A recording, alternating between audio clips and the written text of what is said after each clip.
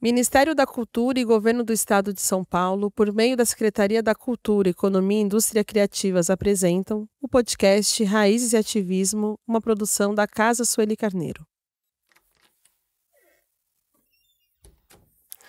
Há nomes que carregam não só o peso da história, mas também a luz da resistência. José Adão, Adão para a maioria, é um deles. Seu caminho se conecta com o despertar de uma geração que nas escadarias do Teatro Municipal de São Paulo, em 1978, gritou contra a ditadura e contra o racismo. Naquele dia não era apenas um ato, era o nascimento público do Movimento Negro Unificado, um dos mais importantes movimentos do Brasil. Adão é um guardião dessa memória, mas mais do que olhar para o passado, ele nos chama a entender o presente, quais são os dispositivos de poder que insistem em dizer quem pode e quem não pode existir no Brasil. A gente volta essa temporada do podcast Raízes e Ativismo muito bem acompanhadas. Nessa conversa de hoje é sobre o negro no Brasil, sobre as estratégias que essas lideranças da geração do Adão construíram. E é um prazer estar com você aqui, Adão. E com todas as histórias que você vai nos contar, as dessas de 70, as de ontem e as do agora. Então, muito prazer. Legal. Gratidão pelo convite. Né? A Casa Sueli Carneiro está se constituindo numa referência, né, de reflexão e contribuição, né, para essas questões todas da população negra. Então, sinto-me muito honrado com o convite. Prazer em estar aqui entre vocês. E a honra é nossa também de ter você aqui com a gente. Adão, eu sei que você é o pai da Mafu e só por isso já daria para começar a te apresentar, que a Mafu é uma das pessoas mais brilhantes, né, da minha geração e que alegria, né, saber que ela descende de você. Então, obrigada por nos dar a Mafu de presente. Mas eu queria que você contasse quem é o Adão, de onde o Adão vem, como ele chega em São Paulo e, principalmente, como que o Adão chegou nas escadarias do Teatro Municipal. Que caminho foram esses que te levaram para o Movimento Negro Unificado, o MNU? Legal. Só que antes disso, já que você citou a Mafu, né, falar brevemente sobre ela, no final de uma das marchas da consciência, Marcha das Mulheres Negras, né, terminou ali no Paissandu. E aí chegou uma amiga, né? Eu quis apresentar, né? A Mafuane, aqui a Mafuane Oliveira, né, pedagoga, contadora de histórias, né? Fez aqui o Museu da Língua Portuguesa, Sesc, foi para São Tomé e Príncipe, foi para lá, para cá e tal. E a pessoa, nossa, prazer e tal, uma alegria em conhecer a Mafuane Oliveira e tal. E a pessoa foi toda feliz, né? E aí a pessoa foi embora e falou, pai, você não falou que sou sua filha? Não, tá falando sobre você. Ah, né? Aí eu chego a alguns lugares, né? E são vários espaços que eu chego. Ah, o Zé Adão de Oliveira, né? Cofundador do MNU. A pessoa vem, nossa, prazer. Tá, tá. Ah, ele é o pai da Mafuane Oliveira. Ah, pai da Mafuane! Aí vem. Então, assim, é uma alegria imensa, né? Ter os filhos que eu tenho, né?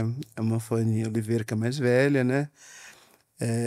Rossane, né? O do meio, né? O Mika Harun, que é o caçula, né? E nessa caminhada, eu cheguei aqui em São Paulo em 1964 com a minha família. Meu pai e minha mãe, né? Eu como mais velho, meu irmão Itamar, minha irmã Maria, né? E mais tarde, né? Em 69, que nasceu a irmã caçula, a Fátima, né? No início, eu morava ali na Vila Iocuné, né? Minha mãe sempre foi muito católica, né? E aí na Vila Iocuné tinha um grupo, né, de Filha de Reis, né, do seu Nequinha, né? Então ele sempre ia de casa em casa, tal. Eu tenho uma memória muito afetiva da Vila Iocuné por causa do seu Nequinha, né? E a gente morava na casa dos meus tios. Aí depois a gente foi para Arthur Alvim. Minha mãe e meu pai compraram um terreno ali. E dali eu frequentava a igreja católica, grupo de jovens, né? Da igreja durante muitos anos. Depois fui para a Juventude Operária Católica, a JOC. Comissão de Arquidiocesana de Justiça e Paz, lá com Dom Paulo Evaristo, José Gregório. uma igreja de Nevoar, né, José Carlos Dias, né, Pedro Pontual. Isso lá nos anos 73, 74. 74 eu transito para uma organização chamada Liga Operária, que fazia luta democrática, né, naquele período, mas como era ditadura, democracia não era um item muito querido, né? E, e aí, pela Liga e pela comissão, a gente acompanhou a morte do. Antes disso, o lançamento do Jornal Verso, em 75, o grupo Tarancon na PUC, né? Fez PUC, o Taíbe, depois fez o PUC, depois fez o Taíbe, no Bom Retiro, aí depois fez o teatro da FGV, ali na 9 de Julho. E a Mira Mirá, do grupo Tarancon, interrompeu o show para anunciar o assassinato do Vladimir Herzog, né? Aí a gente acompanhou todo aquele processo, a missa lá, né, com o Dom Paulo, com o Rabi Henri Schoubel, tal, assim por diante. Então eu estou colocando isso assim, que antecedendo, né, a questão enquanto movimento negro, né? Mas nesse período tinha ah, duas irmãs, né, freiras, né, a irmã Anete e a irmã Cecília, né? Onde uma estava, outra estava. E certo dia, a irmã Cecília, muito cabisbaixo, fui conversar com ela. E aí acabou, assim, se abrindo, né? Falando que onde elas frequentavam, no convento, as piores coisas, trabalhos, ela que fazia. Ela era uma mulher negra, magra, muito ativa, né? Muito alegre, às vezes, e tudo.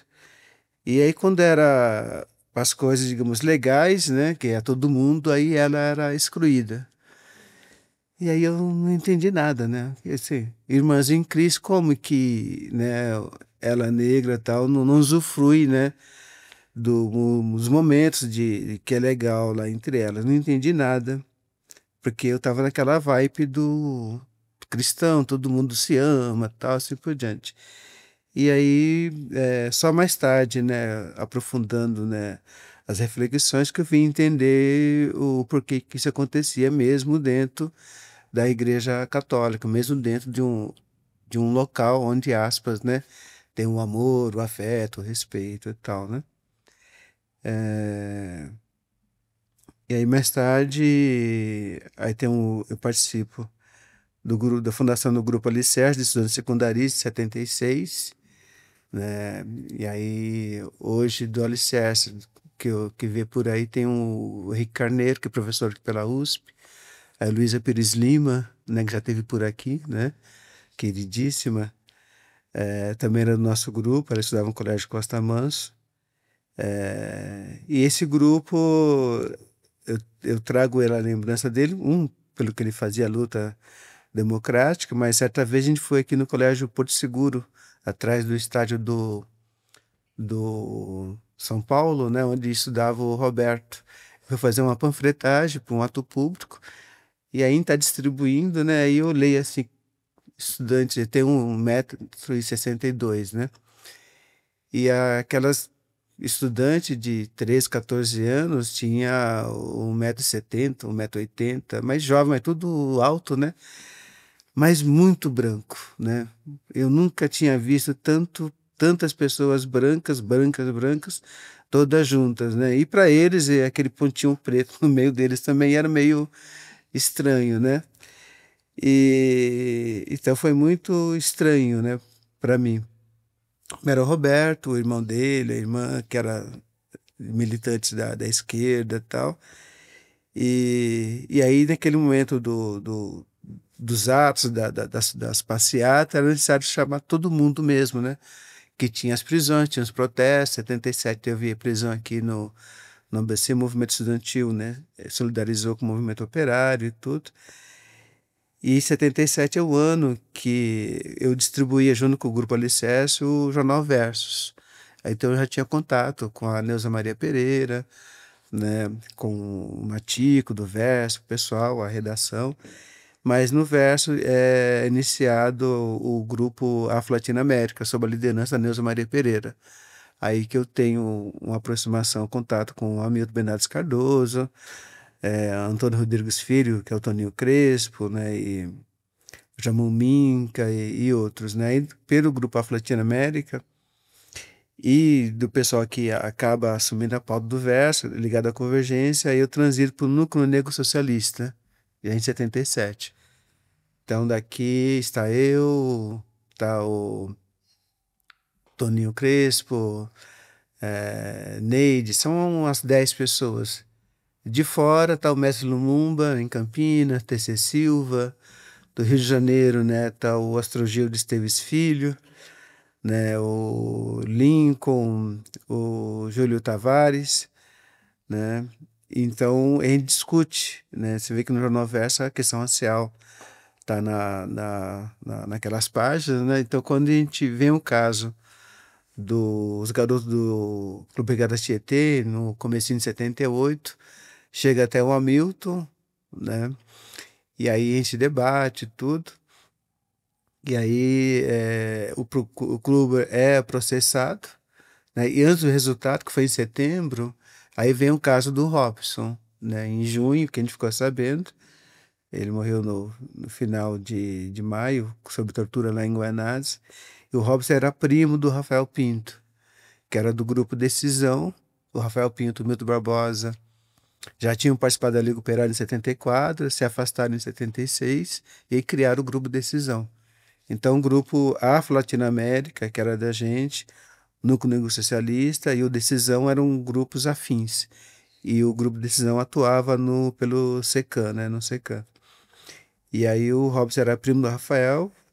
A gente faz uma reunião entre nós no dia 12 de junho, convoca uma reunião no dia 18, mais ampla. Nessa reunião que comparecem vários grupos, né? Aí tem o seu Sebastião, da ACBB, Associação Cristã Beneficente Brasileira. Aí tem o Grupo Brasil Jovem, né, de empresários, Zona Norte, do Antônio Leite. Tá o Nenildo Baloê, ele tinha contatos, né, no sistema prisional. Tem um grupo Filhos de Zumbi, né, que manda uma carta de solidariedade. A Mirna Grisne, que é um jornalista da Folha, que contribuía com versos, né? Ela está em Cali, na Colômbia, em setembro, cobrindo o Congresso das Culturas Negras das Américas, onde Clóvis Moura e o grupo Evolução do Lumumba, TC Silva, Zenaide, é impedido de ir. E aí, mas o Abdias vai porque ele está exilado no exterior, né? E ele vai e faz a intervenção dele, e a Mirna Grisne cobre e publica uma matéria no Verso descrevendo como é que foi esse congresso em 77, né? E aí a Mirna Grinder participa desse processo, e aí na pessoa dela tem a participação da Associação Israelita, Associação da Juventude Israelita do Estado de São Paulo, como cofundadora do MNU. Tem o Barrinhos Freire, cineasta, tá também o Grupo Decisão, com Rafael Milton, no com a gente. Quem mais? Na convocatória, assim, entre o dia 18, né, que a gente faz a reunião. Aldoberto Camargo, que era deputado da Arena, de direita, envia o filho dele para representar ele na fundação do MNU. Né? E é o que eu quero dizer, que o MNU nasce já como uma frente de negros, a maioria, mas pessoas brancas, de esquerda assim, de oposição ao regime, mas também negros do próprio regime, pessoas de centro, como o Antônio Leite, que era ligado ao MDB, o professor Eduardo Oliveira, o poeta, né, representou, ele participou da fundação em nome da UBE, União Brasileira dos Escritores, né? Então o MNU nasce como uma frente muito ampla. A gente faz a convocatória para lançar no dia 7 de julho na escadaria do Teatro Municipal, e um enviado nosso vai para o Rio de Janeiro. Pelo Verso, a Lélia Gonzalez já escrevia para o jornal Verso, né? Já tinha a sucursal do Verso no Rio de Janeiro, articulada lá pelo Astrogildo Esteves Filho, e sem falar na questão da, da convergência, né? Aí essa pessoa vai na casa de Lélia, aí tá na casa de Lélia o Lincoln, tá o Astrogildo Esteves, o Júlio Tavares, né? E está Zezé Mota, né? É debatido, né, o lançamento, tudo, como é que vai ser, como é que o pessoal do Rio de Janeiro ia vir para cá. E a Zezé Mota só não vem porque na sexta-feira, dia 7 de julho, ela tinha um trabalho de teatro para fazer. Por isso ela não vem, né? E vem a Lélia, como está descrito, né? A Lélia vem, é o carro, né, quebra no meio do caminho e tal. Também a Lélia Gonzalez, Edo Ferreira, a Mauro Mendes, né? A Elisa Lark e o Abdias, né? E aí a Lélia mesmo, nos depoimentos dela, ela fala que o Candeia, da Escola de Samba Quilombo, pediu para ela representar a Quilombo nessa construção, né? E então, só que nessa delegação do Rio de Janeiro, quem fala o nome da delegação é Abdias Nascimento. A Lélia ela não tem fala, né? No ato, né? É, mas essa transição foi isso que aconteceu. E no ato em si, na escadaria, a gente escolheu, né, que uma pessoa tinha que centralizar, ser referente para todos os demais, e ele escolheu o Milton Barbosa, né? Que ele era do Vai Vai, do grupo de jovens lá da escola de samba, era junto do grupo Decisão do Secam. O Secam é o local onde a gente se reunia e onde a gente organizou tudo, né? Então ele foi indicado para ser a referência. Aí falou no ato, né, a Neuza Maria Pereira, em nome do Grupo Latino América, né, o Hamilton Bernardes Cardoso, né, pelo Núcleo Negro Socialista, o professor Eduardo Oliveira, o poeta, em nome da UBE, o Antônio Leite, da Associação Brasil Jovem, Oscarlino Marçal, em nome do setor metalúrgico, o deputado federal Esmeraldo Tarquínio, né, ex-prefeito de Santos, cassado pela ditadura, Esmeraldo Tarquínio, o Abdias, né, Nascimento, o Aldo Bueno, né, que é ator, né, compositor, sambista, né, símbolo do Vai Vai, falou em nome da cultura, Aldo Bueno, né, e tem um personagem, sempre fala assim, eu disse que do Núcleo Negro Socialista eram umas 10, 15 pessoas, né, então assim, eu estou no ato, né, e estão vários que estão ali, e quando eu falei da questão da convergência, mês de maio teve a greve dos professores. Já tinha as assembleias lá na Vila Euclides, né? Eu fui várias vezes com o Hamilton para São Bernardo do Campo nas assembleias. Via lá, a gente corria assim, aí tinha os cavalos que gostavam de correr atrás da gente, com o policial em cima, tal, aquela coisa toda. E então a gente tinha ali cerca de 2.000 pessoas, né, naquele ato, em plena ditadura, né? E então assim, e aí você vai ver que a maioria, melhor não, que a maioria assim, tinha muitas pessoas de cabelos escorridos, muitas pessoas brancas. Então foi uma construção, né, democrática contra o racismo, né? Mas como é que isso foi possível que qualquer passeata já era com gás lacrimogênio, aquela coisa toda, né? A gente debateu e nós enviamos o Antônio Leite, né, e o professor Eduardo Oliveira, né, para comunicar o Erasmo Dias que ia ser feito um ato. A gente estava comunicando, né, para que não tivesse nenhuma intervenção e também não tivesse pessoas alienígenas ao ato, que era um ato assim de solidariedade e tal, né, de confraternização, né, das entidades da juventude negra, tudo, né? E a gente estava comunicando que ia ser uma coisa pacífica, né? Não ia ter quebradeira, tudo, né? E o Eduardo Oliveira foi o primeiro vereador Negro de São Paulo, em 63.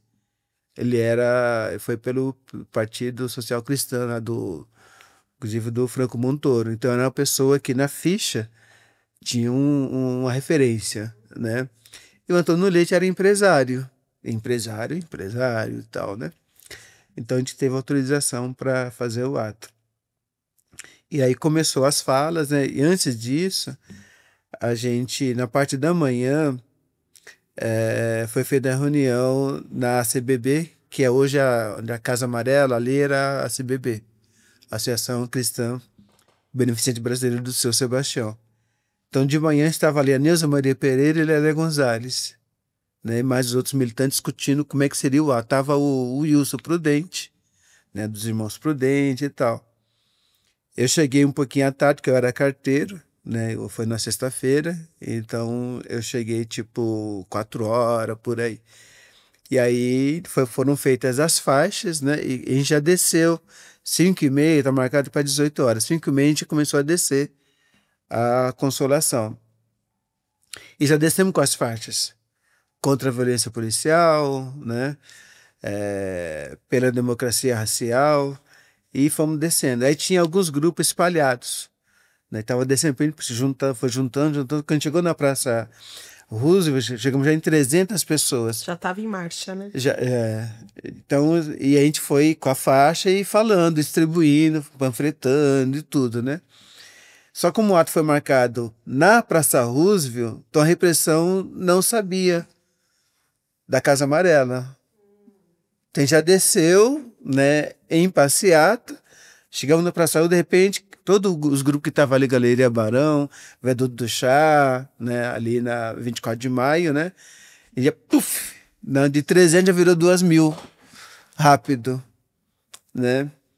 E aí os policiais se sentiram, digamos, meio constrangidos, e começaram a provocar, falando que naquele local só tinha prostituta e ladrão, né, e gritava, né. Mas a gente foi, digamos, preparou. Eles tentaram incitar uma situação de violência. A gente preparou para não reagir, né? E isso foi feito. Aí as falas, né, foi indo tudo. E aí uma das nossas integrantes do Núcleo Negro Socialista, Nancy Oliveira, professora de física depois, mas ela então era estudante da UFSCar. Ela viu o senhor Luiz Antônio Fleury, diretor do DEOPS, passando no meio do ato. Por que ela identificou? Porque em setembro de 77, ela estava no ônibus que veio com estudantes da UFSCar para participar do ato da PUC, dia 22 de setembro. O ônibus foi parado na estrada, levado para o DEOPS. Na PUC estava lá sob o domínio lá do Coronel Erasmo Dias, né? Eu estava nesse ato, né? O Flávio Jorge, que era da Convergência, mas do setor estudantil, ele era do centro acadêmico, também estava. E o Flávio Jorge foi preso, ficharam DEOPS e tudo. Aí a gente fez no ano passado, uma exposição, ele faleceu, né? Exposição sobre a vida dele, e aí nessa exposição tem um painel com a foto dele, fichado no DEOPS, né? Então a Nancy, ela estava nesse grupo de estudantes da UFSCar que foi para o DEOPS e, logicamente, passaram um dia preso lá até o ato acabar, só no dia seguinte todo mundo foi fichado lá, né? E aí ela conheceu o Fleury e quando ela viu ele passar, falou: "Oh, Fleury, tá. Então assim, a gente foi extremamente vigiado. Só que a minha memória era em relação ao meu período como da Liga Operária da Convergência. Aí eu fiquei muito surpreso em 2015, quando a historiadora Karen, acho que é Kesselin, fez o mestrado dela sobre a ditadura e começou a olhar os arquivos, no Arquivo Público do Estado de São Paulo, e aí encontrou lá Movimento Negro Unificado. O que o Movimento Negro está fazendo aqui nas coisas da ditadura? Aí foi fuçando tal, encontrando mais coisas, e aí mudou o doutorado dela, né? Então, a perseguição, né, da ditadura em relação ao movimento negro unificado. E aí que tinha uma foto que eu estou nessa foto, né? E até então eu não tinha nenhum conhecimento disso. Aí na foto tá eu, tá o Neninho do Boloaê, o Carlos Alberto Monteiro, o Carlinhos, né? O Dorival Pereira, né? E aí, falei assim, ah, tá certo. A minha mãe achava muito bonitinho e tudo, né, só que não sabia que era tanto para chamar a atenção dos fotógrafos do The Office. E, mas aconteceu um fato em 78, nós saímos de uma reunião do MNU no Secam, na rua Maria José 450, aqui no Bexiga, e aí descemos de carona no Monza, né, do Milton Félix, que é músico, e naquele dia ele ia tocar, ele toca violoncelo. A gente tá descendo a Brigadeiro, de repente, a gente é parado pela polícia, naquela baratinha, aquele fusquinho preto e branco, e aí pede o documento do carro, o documento de cada um de nós, a gente entrega e tal. E aí, na hora de dispensar, aí o Vanderlei, tava o Milton Félix na frente, dirigindo, do lado dele o Hamilton, atrás eu, do meu lado o Vanderlei José Maria, né? O Vanderlei faz um comentário, né? Que esses caras, né, que não tem o que fazer, porque a gente não tá fazendo nada. Aí o policial fala pra ele, cala a boca, macaco, sai todo mundo, né? Aí a gente saiu do carro, né? Colocaram a gente atrás de um camburão, aí chegou outras duas viaturas do nada, colocou a gente atrás do camburão, e aí eles foram dirigindo o carro do Milton Félix, levaram a gente para ir para a Rua da Glória, para a delegacia ali, da primeira delegacia policial dali. Aí a gente ficou lá no banco esperando o delegado vir para nos indagar e tal. E aí passaram várias coisas de vestir uma passagem pela polícia, tudo. Aí deu umas 3:30 da manhã e liberaram a gente. Agora, Adão, você contando essa última passagem, assim, a violência policial não mudou? Ou você acha que a gente, mesmo diante de todas das estratégias todas, há uma violência policial muito instituída contra o negro, né? Como é que você vê isso? Tem duas coisas. Uma é que a estrutura total, ela está em sintonia com o Código Penal de 1890. 1890. Teve a abolição, proclamação da República, 15 de novembro de 89, e antes de ter a Constituição, teve um Código Penal, né? Estão proibindo capoeira, proibindo a religiosidade, né? É, instituindo a vadiagem, né? Era proibido, né, andar na rua e tal. Só que antes disso você era proprietário de alguém, ou você era uma pessoa alforriada. E aí você tá andando, e aí você, digamos, na propriedade, não tem você uma propriedade, não, você está, digamos, não tem, digamos, uma comprovação do que você está fazendo. Você é uma pessoa, digamos, livre, que já tinha acabado a escravidão, né? Ou uma pessoa trabalhadora, tal, assim por diante. E então o policial podia entender que você era uma pessoa vadia. E por ser vadia era um crime, aí você tinha que ser preso, né? E aí isso virou, digamos, uma regra de condicionamento das forças de segurança, forças policiais. Então, todo olhar de um policial, seja negro, japonês, branco e tal, quando olha a pessoa negra, ela olha para aquele que está condicionado a olhar pelo Código Penal, né? E esse Código Penal, ele só foi alterado na Constituição Federal de 1988, quando pessoas negras, pessoas indígenas, né, ascenderam à condição de cidadania, né? Mas eu já conversei com militares, né, que faz formação de direitos humanos, tem tipo uma aula por semana, uma aula por mês sobre direitos humanos. Mas tem no dia a dia um cabo e um sargento que dá aula para os soldados, né? E nessas aulas as músicas são horríveis, são brutais, contra depreciativa, tal, assim por diante.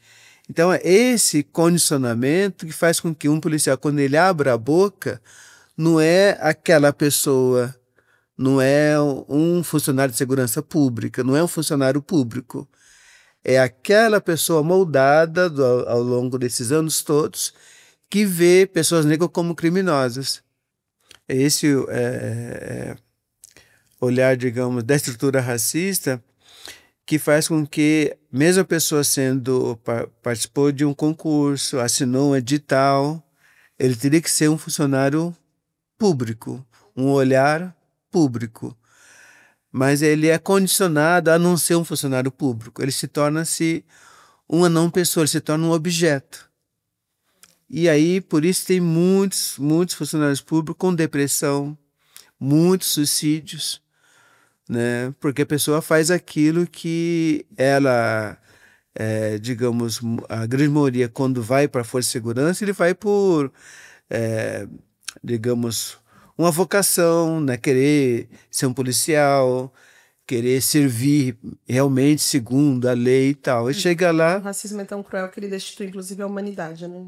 Isso, né? Então, quando ele... Uma máquina de destituir a humanidade, tanto de quem está a serviço do Estado, quanto do cidadão negro. Isso, nesse condicionamento que eu estou colocando diário, né?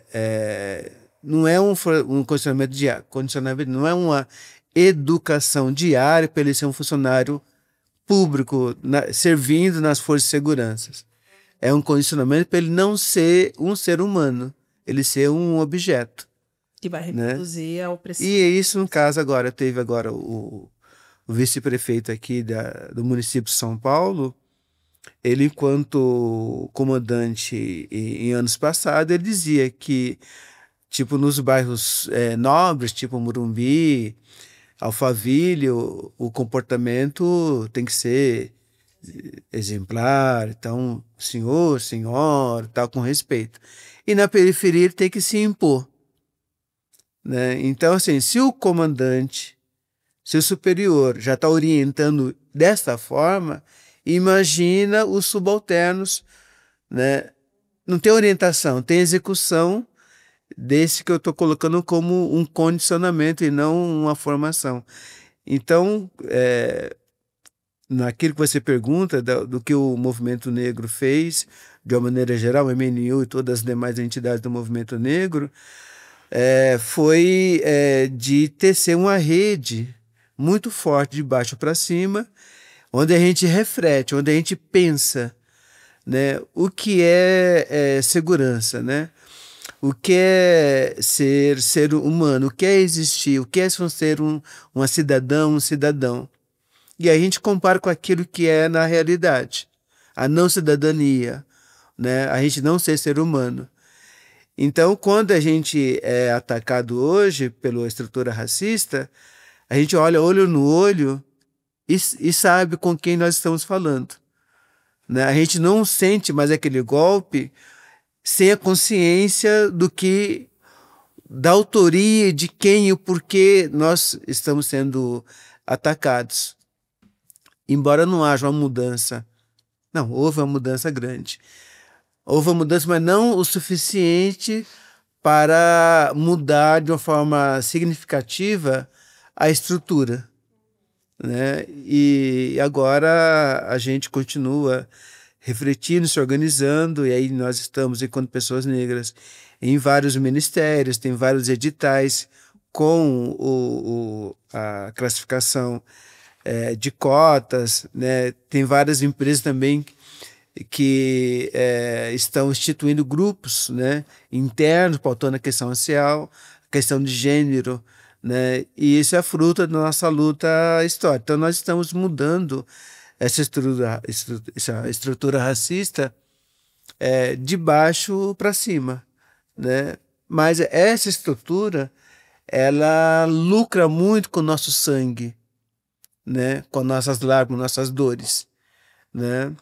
Então ainda vai levar algumas décadas ou séculos, né, para isso ter uma mudança real, não é real, assim, uma mudança mais efetiva, né? Isso, até uma mudança radical. E o radical tá simplesmente uma questão básica, né? De simplesmente ser democrático, né? Ser público no sentido de ser impessoal, né? Agora, recentemente teve uma juíza, que foi barrada na entrada lá acho que do Supremo Tribunal, num evento que teve. Então, a juíza, né? E, no caso, juíza negra, que todo o grau que ela bateu para chegar até lá, nossa, é um juiz, né? Uma juíza, aquele respeito, né? Que ela tem uma autoridade, né? Mas o que vale essa autoridade quando ela é negra? Aí uma pessoa num cargo muito abaixo se sente, né? Tem a ousadia de barrar aquela mulher negra naquele cargo. E não somente ela, a juíza, é uma deputada estadual, deputada federal, é uma vereadora, quer dizer, é um parlamentar. Parlamentar, olha, um cara que faz a lei, o cara que acompanha, que fiscaliza, um representante do povo, aquele respeito, tudo. Mas o que vale essa pessoa quando ela é negra? Né? Então, assim, avançamos muito, né? Mas na subjetividade de toda a cidadania, né? Branca, negra, oriental, nós temos que ir aprofundando para a mudança se dar com mais efetividade. Adão, você falou do caso da juíza que foi barrada de entrar no prédio do Planalto. Ela tinha sido convidada para um evento, é uma juíza do TSE, a Vera Lúcia Santana de Araújo. E quantas vezes a gente não é barrado, às vezes até na nossa própria portaria, né, entrando em casa, aonde está indo trabalhar, né? O quanto que isso é corriqueiro para esse racismo no Brasil. Então, mas Diga. nesse caso, assim, o corriqueiro, como você está colocando, é nós sermos barrados. Aí a gente está falando questão da lei de vadiagem, né? Quando se ascende a um cargo na sociedade tem um valor, então esse barramento tinha que cessar, Sim. né? Então, assim, aí, agora em agosto, né, dia 25 de agosto, foi o dia que foi realizado o cortejo, né, em lembrança ao Luiz Gama, né? E o Luiz Gama, digamos, foi a grande referência na área da reflexão do direito, né? Então, advogado, né? Um juiz, uma juíza. Então, homens e mulheres negros que ascendem a esses cargos, né? Deveriam sair dessa barreira do impedimento, né? No caso, que eu estou trazendo o Luiz Gama para dialogar com essa doutora Vera Lúcia. Vera Lúcia, né? Eu fui nomeado para participar do 5º Constitucional da OAB, né? Eu achei estranho, né? Porque eu não sou advogado e tudo, né? Até indaguei e falei, olha, chama doutor Adão, né? Doutor José Adão de Oliveira e tal. Falei, algum engano, né? Porque eu já participei da comissão da escravidão negra da OAB, e aí por hábito, né? Todo mundo que ocupa o microfone é chamado de doutor, mas eu não sou doutor, vocês erraram e tal, né? Eu disse, não, é que tem advogados, mas tem uma parcela que é convidar para a sociedade civil. Aí mandou a portaria, né? E aí na portaria tá colocado aqui que nomeia os advogados abaixo e tal, né? E no âmbito do comissão do 5º Constitucional, triênio 2025-2027. E aí tá lá o Jorge Xavier Pereira, o doutor Édio da Silva, né, Júnior, que nosso querido Édio, grande referência, né, no direito, né, uma pessoa ímpar, né? Eu, doutora Lázara Cristina do Nascimento Carvalho, né? Professora Lucinéia Rosa dos Santos, professora da PUC, doutor Simvaldo Firmo, né, que vocês conhecem, né, o querido Simvaldo, é uma referência enorme aqui no movimento negro São Paulo, tudo, a doutora Viviane Pereira. Eu estou colocando isso questão desse quinto constitucional. Então, e aí a gente faz parte da comissão de heteroidentificação para ver se as advogadas e advogados se candidatam a preencher esse quinto constitucional, se são pessoas negras, são pardas e pretas, né, ou não. Né? E foi uma dificuldade, né, porque nós, digamos, aprovamos 4 pessoas por unanimidade, aprovamos uma com restrição e desaprovamos uma outra pessoa. Né? E a grande dificuldade foi essa pessoa, no fenótipo dela, está batendo com aquilo que ela se identifica, né? Esse é um ponto. Outro ponto, a gente não está previsto, mas ela tensiona, ela se identifica a si mesma ou só uma conveniência para se aproveitar, né, dessa cota do quinto constitucional. E essa comissão de heteroidentificação está aí nas universidades, está no serviço público, né, municipal, federal, né, está nas empresas, né. Então, assim, na luta, nas conquistas do movimento negro, aí eu incluo, no caso, o legado da Casa Sueli Carneiro, que representa, isso é uma conquista muito grande. Então, no quinto constitucional, essa advogada e advogado podem ser desembargadora, desembargadores, né, que vai julgar posteriormente a decisão dos juízes.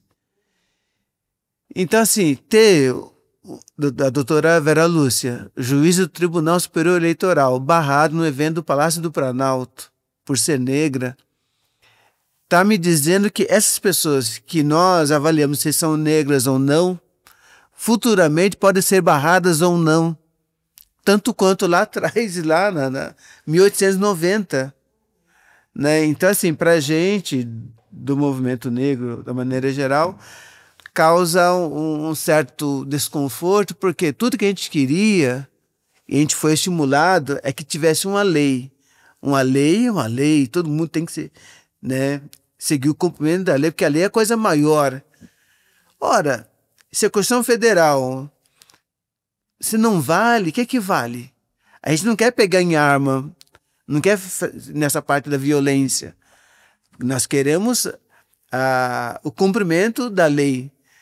Mas se o Estado não vai obedecer à lei por meio de seus funcionários públicos no Planalto, né, em qualquer repartição pública, né, e aí vem a questão que a gente tem que refletir. Como que a gente vai fazer para superar isso? Do jeito que está, não pode continuar. Porque é a nação brasileira que está estagnada lá atrás, no colonialismo, no escravismo e tal. E aí eu fui convidado não, eu fui de atrevido, de abelhudo, no lançamento do projeto Estratégia Brasil 2050, sob a liderança da ministra Simone Tebet, aqui na Fiesp. Ela foi na Fiesp, ia na Firjan, lá em Minas Gerais, no Rio Grande do Sul, dialogando com os empresários para pensar o Brasil. Por quê? Ela foi lá na China, junto com o presidente Lula, e vê aquele monte de empresário chinês com o bolso cheio de dinheiro para investir no Brasil. E aí eles queriam ouvir da ministra Simone Tebet do planejamento, quais são os projetos do Brasil para daqui a 10, 20, 50 anos, para eles investirem no Brasil. E ela não teve que responder. E o Movimento Negro Unificado já tinha em 78, né? Então, assim, o governo brasileiro, não importa a esquerda ou a direita, tá, o governo brasileiro não tem projeto de médio e longo prazo. Agora, né? então, eu tenho... Então, tá bom. desculpa, só concluindo essa que eu acho importante, é que aí eu elogiei a iniciativa e indaguei. Se o Brasil não olhar a educação, não vai ter projeto de médio e longo prazo, porque é a educação que multiplica. No caso de diploma universitário, sai de um salário mínimo para 3, 4. E segundo a OCDE, a Organização de Cooperação para o Desenvolvimento da Europa, se o Brasil investir em educação de qualidade, o nosso PIB multiplica de 4 a 7 vezes. Então, os capitalistas, a burguesia brasileira, se fosse inteligente, investiria em educação de qualidade, desde baixo até em cima, só para eles ficar mais rico ainda. Porque se tem a gente pode multiplicar por 4 a 7, né? A gente multiplica, fica com 2, 3, né? Triplica a riqueza, quadruplica a riqueza e tal. E melhora a e o resto deixa para eles e tal. Então, assim, e na educação, eu participei do Plano Municipal de Educação e do Plano Nacional de Educação, né? E nos 3 planos, nacional, estadual, está lá 10.639, está 11.645 dos povos originários, chamado indígena, né? E dos povos negros, né? Os descendentes dos povos negros. Então, assim, e aí, no caso, Caso Sueli Carneiro, CERT, né? Guelhedés e outros, também teve grande incidência na questão da educação. E aí, digamos, um advogado, essa juíza, todos eles têm que passar por educação de qualidade. Então, a visão que o movimento negro tem, o MNU em especial tem, desde lá de trás, é médio e longo prazo, para resolver as questões em definitivo. Né? Então, daí a grande mudança que se faz necessário para a independência, para a soberania do Brasil, a gente não ficar batendo continência para a bandeira estrangeira, no nosso próprio país. Né? Então, nós estamos numa crise profunda. Né? Então, por isso, o Luiz Gama, né? Morto há 140 e poucos anos atrás, né? Ele é muito atual, no sentido de pensar que Estado nós queremos, né? Que Brasil, que República nós queremos, né? Que proteja, que garanta o futuro de todas as crianças. Né? E pensando na educação do ponto de vista de unidade familiar, os planos de educação são decenais, mas um plano familiar é de 20 anos, que vai desde da creche até